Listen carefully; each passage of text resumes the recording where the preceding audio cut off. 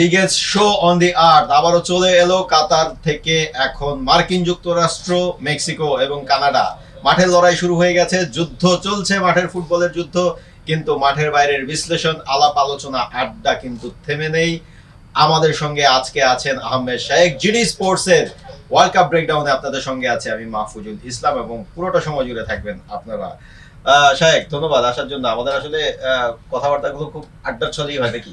জি ধন্যবাদ মাহফুজ ভাই। আসলে আমাদের সবসময় যে আড্ডাগুলো হয় সেটা আসলে চায়ের কাপে ঝড় উঠে, কিন্তু এবার আসলে টিভি স্ক্রিনের পর্দায় আসলে আসলাম, তো আশা করি এই আলোচনাটা প্রাণবন্ত একটা আলোচনা হবে। রাইট, আপনি ইংল্যান্ড সাপোর্টার তা জানি, কিন্তু ইংল্যান্ডের ম্যাচের দিন আপনার সঙ্গে সেই চায়ের কাপে একটা আর্গুমেন্ট নিশ্চয়ই হবে। তার আগে হচ্ছে গিয়ে আজকের ম্যাচগুলো নিয়ে যদি একটু ঢুকি আর কি। চারবারের বিশ্ব চ্যাম্পিয়ন জার্মানি, তার এগেনস্টে 1.5 লাখের জনসংখ্যার কুরাসাও, মানে কেমন বিষয়টা? আসলে হয়ে গেছে কি যে এই যে 48টা দেশের ওয়ার্ল্ড কাপ, তো স্বাভাবিকতই বেশ কিছু টিম আসবে এরকম যেগুলো কিনা খুব ছোট এবং প্রথমবারের মতন। তো সেই হিসাবে এবার যে আফ্রিকার যে কোয়ালিফিকেশন ছিল, কোয়ালিফিকেশনে আসলে কুরাসাও দেখলাম যে কোনো ম্যাচই আসলে হারেনি। তো এই যার কারণে তাদের যে পারফরমেন্সটা ছিল, যে এত বেশ ভালো একটা পারফরমেন্স হওয়ার কারণে মানে আফ্রিকার মতন জায়গা থেকে কিন্তু চলে আসাটা কিন্তু বিশাল একটা ব্যাপার।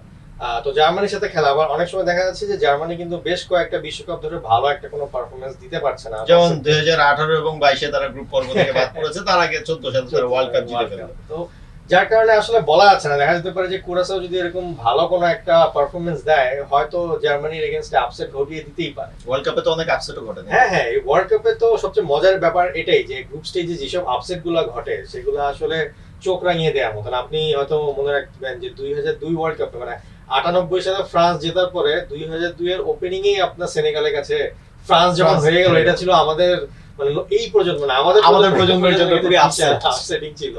সো বলা যায় যে কুরাসাও হয়তো এরকম একটা ঘটিও দিতে পারে। কারণটা হচ্ছে যে জার্মানির যে স্কোয়াডটা যদি আপনি দেখেন, সেই 2014 সালের পরে এখন পর্যন্ত কিন্তু তারা যে একটা জেনারেশন তৈরি করবে এরকম কিন্তু দেখা যাচ্ছে না। গোলকিপারের সেই ম্যানুয়াল নোয়েরি আবার ফেরত আসছে, সে 40 বছর বয়সে, তাকে কিন্তু আবার ওয়ার্ল্ড কাপ খেলতে হচ্ছে।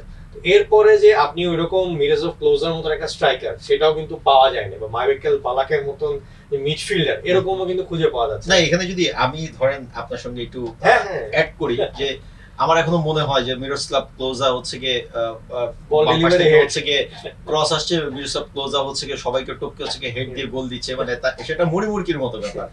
কিন্তু তারপরের ফুটবলাররা কিন্তু অনেক বেশি মানে স্পিডি ফুটবলার, অনেক বেশি ক্লাব ফুটবলার। তাদের হচ্ছে গিয়ে বায়ার্ন মিউনিখের পুরো ন্যাশনাল টিম নিয়ে তো তারা হচ্ছে গিয়ে কয়েক বছর খেলতে, রাইট? সো সেই জায়গা থেকে আসলে এই জার্মানি মানে মেলানো যায় না। মানে এবারের নাগলসম্যানের এই জার্মানিকে আপনি মানে কোথায় রাখবেন যদি রাখেন? আমার কাছে যেটা মনে হয় যে আমরা সবসময় বলি না যে ব্রাজিল মেশিনের মতন খেলে, এখন আসলে ফুটবলটা এমন জায়গায় পৌঁছে গেছে যে সবাই মেশিনের মতন খেলছে। এখন জার্মানি সেই তালটা আমার কাছে মনে হয় যে মিলিয়ে উঠতে পারছে না।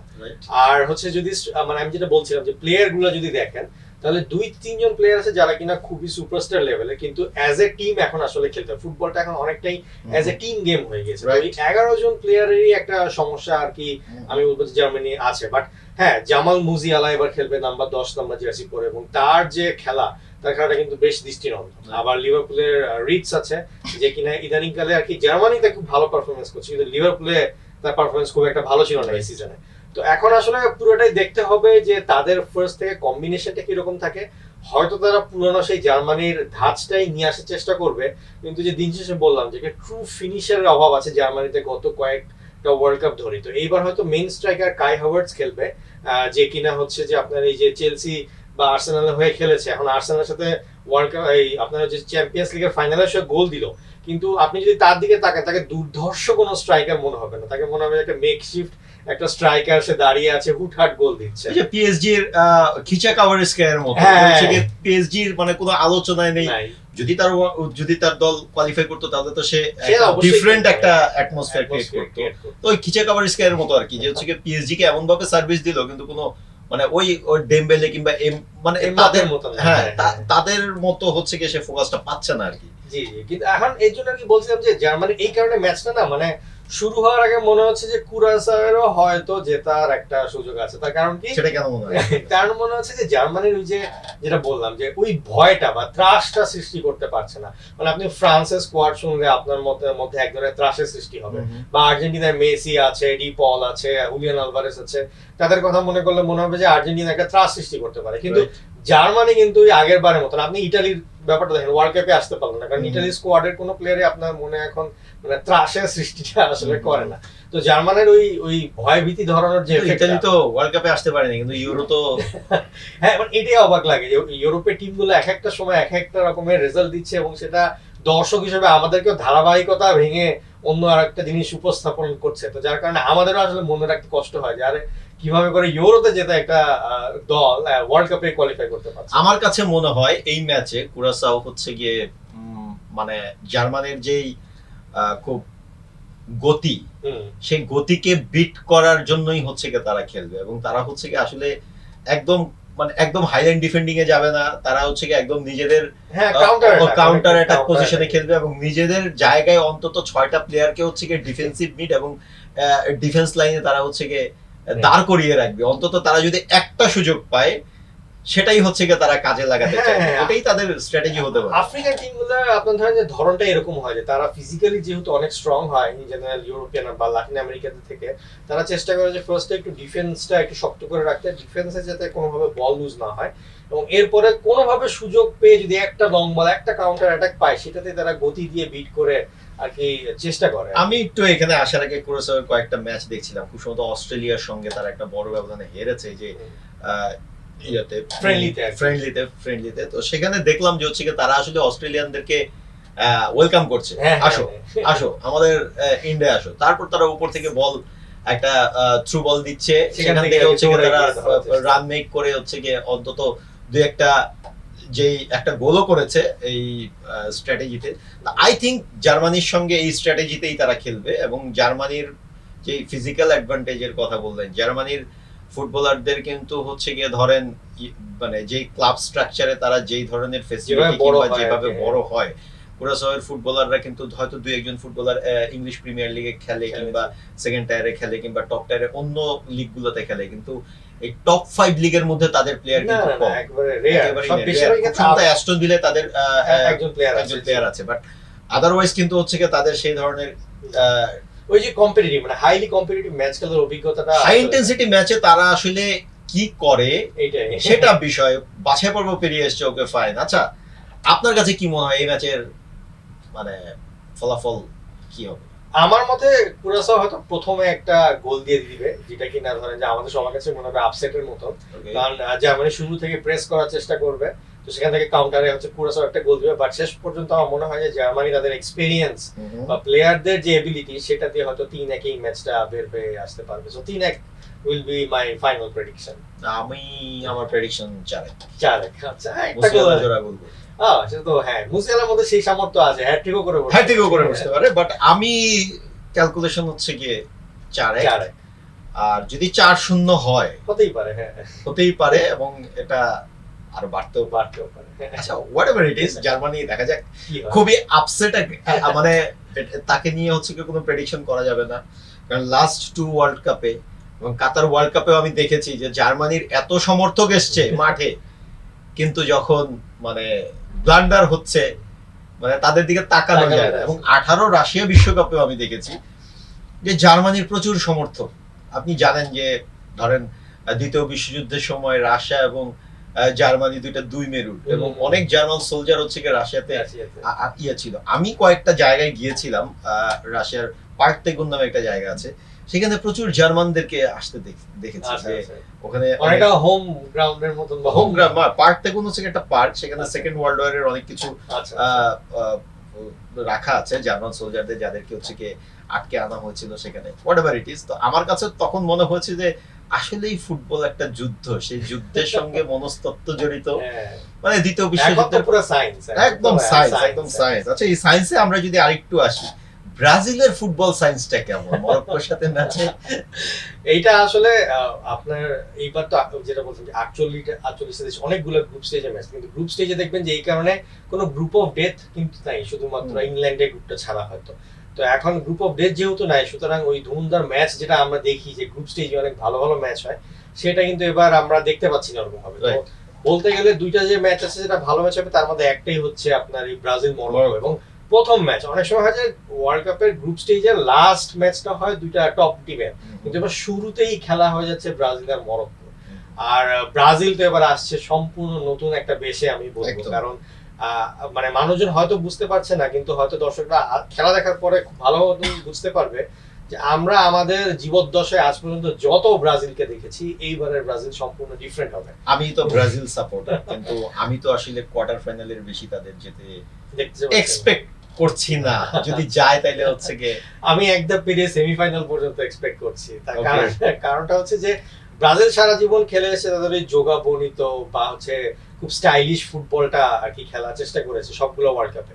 বাট এই স্টাইলে খেললে যেটা হয় যে খেলাটা অনেক এলোপাথারি হয়, কেউ কখনো এদিকে দৌড়াচ্ছে, কেউ কখনো ওদিকে দৌড়াচ্ছে, কোনো টেকনিক্যাল ফরমেশন থাকে না, ছকে বাঁধা কোনো ফুটবল আসলে হয় না। সবাই তাদের স্কিলস বা ধরেন যে ড্রিবলিং দিয়ে আর কি আমাদেরকে মুগ্ধ করে রাখতো। বাট ব্রাজিল বুঝতে পেরেছে যে এই স্টাইলে চললে আসলে ব্রাজিলের রেজাল্টটা আসা সম্ভব হবে না, যেটা কিনা তাদের সমস্যা ফিল করছিল বেশ কয়েকটা ওয়ার্ল্ড কাপে। তো যার কারণে যেটা হয়েছে যে এবার তারা এই জিনিসটা বুঝে তাদের রীতি ভেঙে প্রথমবারের মতন হচ্ছে আপনার ইউরোপিয়ান কোনো কোচকে তারা নিয়ে আসছে। মানে ব্রাজিল টিমে একজন ইউরোপিয়ান কোচ, এটা চিন্তাই করা যায় না।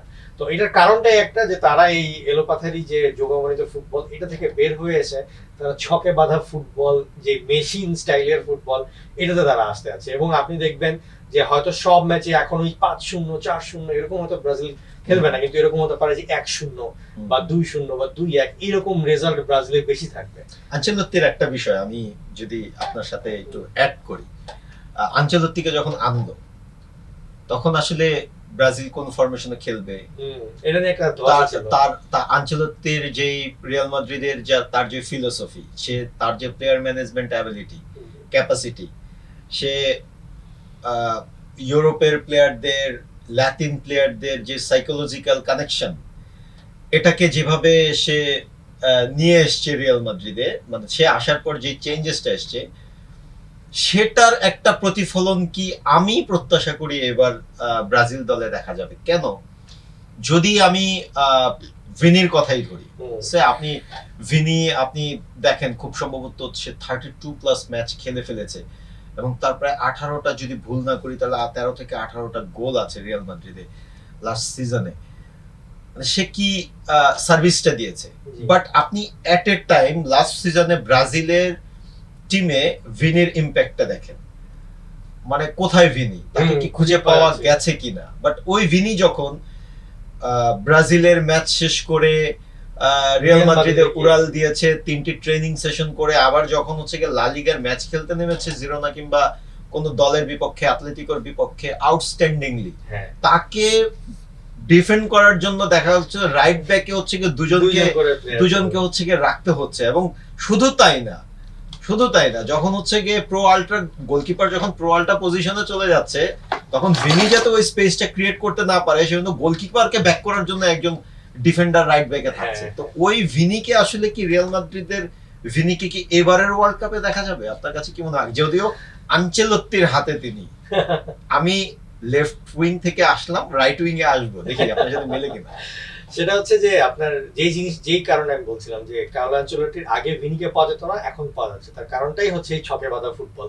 কারণ সে রিয়াল মাদ্রিদে সবসময় ছকে বাঁধা ফুটবল খেলার কারণে লেফট উইং এ সে তার জায়গাটা যখন পেত, সে তার মতন করে খেলতে পারতো। কিন্তু ব্রাজিলের ওই যোগাবর্ণিত ফুটবলে যেটা হতো যে তাকে মিডফিল্ড হোক, এখানে হোক, সব জায়গায় দৌড়াতে হতো। পরবর্তীতে যেখানে আসলে ইম্প্যাক্ট রাখার দরকার লেফট উইং থেকে, সেখানে গিয়ে তার আর কি এনার্জিটা ওই লেভেলে থাকতো না। কিন্তু এখন এই যেভাবে ছকে সাজাচ্ছে, সেখানে তার দায়িত্ব কিন্তু শুধু ওই লেফট উইংটুকু। আপনি কিন্তু তাকে দেখবেন না কখনো মাঝখানে, কখনো রাইট উইং এ, এই জিনিসটা হয়তো দেখবেন না। হ্যাঁ, হয়তো রাইট উইং এর সাথে সুইচ করতে পারে ম্যাচের ট্যাকটিক্যাল রিজনে, কিন্তু লেফট উইং এখন পুরাই ভিনিসিয়াসের দখলে, এবং সে যা করবে সেটার উপরে ভরসা করবে হচ্ছে ব্রাজিল। এবং বাকি সব জায়গাগুলোর পজিশনে দেখবেন যে প্লেয়ারদের কাজ ছকে বাঁধা। আগে ছিল যে নেইমার দৌড়াচ্ছে, দৌড়াতে লেফট উইং থেকে রাইট উইং পর্যন্ত চলে যাচ্ছে বল না দিয়ে, তো ওই কারণে হয়তো কি লেফট উইংটা পুরো ফাঁকা হয়ে যেত। তো এই জিনিসটা এবার ব্রাজিলে আপনি আসলে পাবেন না। তবে আমি যদি এখানে ভিনির কথা যেহেতু আসলাম, রাফিনিয়ার কথা একটু আসি। হ্যাঁ, রিয়াল মাদ্রিদ বার্সেলোনা, দুই পাশে, বামে রিয়াল মাদ্রিদ, ডানে বার্সেলোনা। মাঝখানে আমরা যদি হচ্ছে গিয়ে মূল একাদশে যদি আমরা ধরছি 4-2-3-1 ফরমেশনে খেলে, তাহলে হচ্ছে গিয়ে ম্যাথিউস কুনিয়া সে হচ্ছে গিয়ে আসতে পারে, সে কিন্তু ফলস নাম্বার 9 হিসেবে। তো ফলস নাম্বার 9 তাকে কিন্তু সে কিন্তু তার প্লেইং ক্যারিয়ারে 7 নাম্বার 7 সে খুব সে আবার হচ্ছে গিয়ে নাম্বার 10 এও খেলেছে। খেলেছে। তার মানে তাকে আপনি ভার্সেটাইল ইউজ করতে পারেন। এখন আনচেলত্তি তাকে কিভাবে ইউজ করে এবং সেই ইউজটা আসলে হচ্ছে গিয়ে ভিনি এবং রাফিনের জন্য কতটা ইম্প্যাক্ট হয় সেটা কিন্তু একটা দেখার বিষয়। সে কুনিয়ার যেই হচ্ছে গিয়ে ইম্প্যাক্ট বক্সে, এটা কিন্তু হচ্ছে গিয়ে ভিনিকে এবং রাফিনাকে অনেক স্পেস দিবে এবং সে যদি হচ্ছে গিয়ে এটা করতে পারে তাহলে কিন্তু ব্রাজিল এবারের ওয়ার্ল্ড কাপের সবচাইতে মানে ধারালো আক্রমণ ভাগের আপনাকে রাখতে হবে। আমি এর সাথে একটু অ্যাড করতে চাই আরেকজন প্লেয়ারের নাম, সেটা হচ্ছে যে যেহেতু সে এখনো বেশি আলোচনায় আসেনি কারণ ব্রাজিলে তার এফেক্ট বা ব্রাজিল তার গোল সংখ্যা কম। এবারের যে ইংলিশ প্রিমিয়ার লিগ সিজনে আপনি যদি টপস গোল স্কোরারদের মধ্যে চিন্তা করেন তাহলে যে এরিক হ্যালান্ড ছিল, কিন্তু আপনার হচ্ছে বোর্নমাউথের একজন প্লেয়ার ছিল যার নাম হচ্ছে থিয়াগো, এবং তার হাইট বেশ লম্বা, 6 ফিট আই থিংক 4 ইঞ্চি এরকম আর কি লম্বা। Igor Thiago, Igor Thiago. হ্যাঁ। তো যে জিনিসটা যে এবার যে কুরাসাওয়ের সাথে খেলা, এখন কুরাসাওয়ের সাথে খেলে আপনি জানেন যে তারা যদি অনেক বেশি ডিফেন্ডিং করে আপনার হয়তো অনেক বেশি ক্রস ছাড়তে হবে যাতে হেডে গোল হয়, এরকম হতে পারে। সেই ক্ষেত্রে সেট পিস কভার করতে হবে। তো যার কারণে যেটা হবে যে লেফট উইং এ ভিনিসিয়াস, রাইট উইং এ রাফিনহা, স্ট্রাইকিং এ খেলবে থিয়াগো, তার পিছনে ম্যাথিউস কুনহাকে রাখবে যে সেই যেন খেলাটাকে ঘোরাতে পারে, একটু স্কিল দিয়ে ইয়ে করতে পারে। তো এইজন্য এই ক্ষেত্রে তো ফরমেশন 4-3-3 হতে পারে, 4-3-3 হতে পারে, 4-2-3-1 হতে পারে, 4-2-3-1 হতে পারে, 3-1 এর মাঝখানে আবার ডায়মন্ড মিডফিল্ডশিপও হতে পারে, বিভিন্ন রকম। এই কারণে আমি বলছিলাম যে এবারে কার্লো আনচেলত্তি যে জিনিসটা সে যেসব প্লেয়ার সিলেক্ট করেছে সে 2-3 রকমের ফরমেশন খেলাতে পারবে ম্যাচের উপরে বেস করে। আগের ওয়ার্ল্ড কাপে ব্রাজিল ছিল যে এই কয়জন প্লেয়ার, এটা আমার স্টার্টিং 11, এটা আমার ফরমেশন, এমনি খেলো, এর মধ্যে থেকে তোমার খেলা বার করতে। আমি আরেকজন ফুটবলারের নাম বলবো, রায়ান ভেদার। আচ্ছা, হ্যাঁ, সে আউটস্ট্যান্ডিং ইংলিশ প্রিমিয়ার লিগে পারফর্ম করেছে, কিন্তু তিনি একাদশের সুযোগ পাবেন কিনা সেখানে আবার এনরিক আছে। তো আপনি কিন্তু আমার মতে রায়ানের জায়গাটা বেসিক্যালি রায়ান হচ্ছে সাবস্টিটিউট হবে রাফিনহার জন্য, এটা আমার ধারণা। কারণ রড্রিগো এবার চান্স পায়, রড্রিগো ইনজুরিতে তার জায়গায় আর কি রায়ান ঢুকে গিয়েছে। বাট এনরিকের কথা আমি একটু আলাদা করে বলতে চাই, কারণ এনরিক খুবই আর কি আপকামিং প্লেয়ারদের মধ্যে একজন। তার বয়সও 19 এবং সে রিয়াল মাদ্রিদে তার ক্যারিয়ারটা পড়তির দিকে চলে যাচ্ছিল, পরবর্তীতে সে চেঞ্জ করে লিওনে গিয়ে, লোনে গিয়ে 16 ম্যাচে আই থিংক 15 অ্যাসিস্ট, 4 গোল এরকম ছিল। তো কেন এনরিকের কথা আলাদা করে বলছি যে আমরা যে এখনকার দিনে যে ট্রেডিশনাল স্ট্রাইকার দেখি, হয় অনেক লম্বা হয় অনেক পেস থাকে, কিন্তু এনরিক হচ্ছে আপনাকে ওই ফ্লেভারটা দিবে যে 94 সালের রোমারিও বেবেতো, যাদের কিনা হাইট কম কিন্তু বক্সের মধ্যে কিন্তু গোলটা বার করে নিয়ে আসা। তো ওই যে ফিলিংসটা বা ওই যে চিন্তাটা যে রোমারিও বেবেতোর মতনও যে স্ট্রাইকার হতে পারে, এনরিক কিন্তু এবার ওই জায়গাটা। এবং ফ্রেন্ডলি ম্যাচে আপনি দেখবেন যে কি কার সাথে যেন ইজিপ্টের সাথে খেলা হবে, এবং সেখানে কিন্তু মানে জয়সূচক গোলটা কিন্তু এনরিকই বার করেছে, এবং কিন্তু সে বক্সে কিন্তু সে একাই স্ট্রাইকার ছিল, এর মাঝখান থেকেও কিন্তু সে গোলটা বের করেছে। তাই আমি বলবো যে ওই যে আপনার সাবস্টিটিউট বেঞ্চটা এবার খুব শক্ত থাকতে হবে, কারণ ওয়ার্ল্ড কাপ অনেক বড়, খেলাও হবে অনেক। সো যে টিম যত বেশি প্লেয়ার চেঞ্জ করতে পারবে তাদের জন্য। তবে আমার কাছে মরক্কোর বিষয়ে মনে হয় মরক্কো একটা হোঁচট খেয়েছে, তাদের দুটো ব্যাক লাইনে দুটো ইনজুরি তাদেরকে অনেক ভোগাচ্ছে।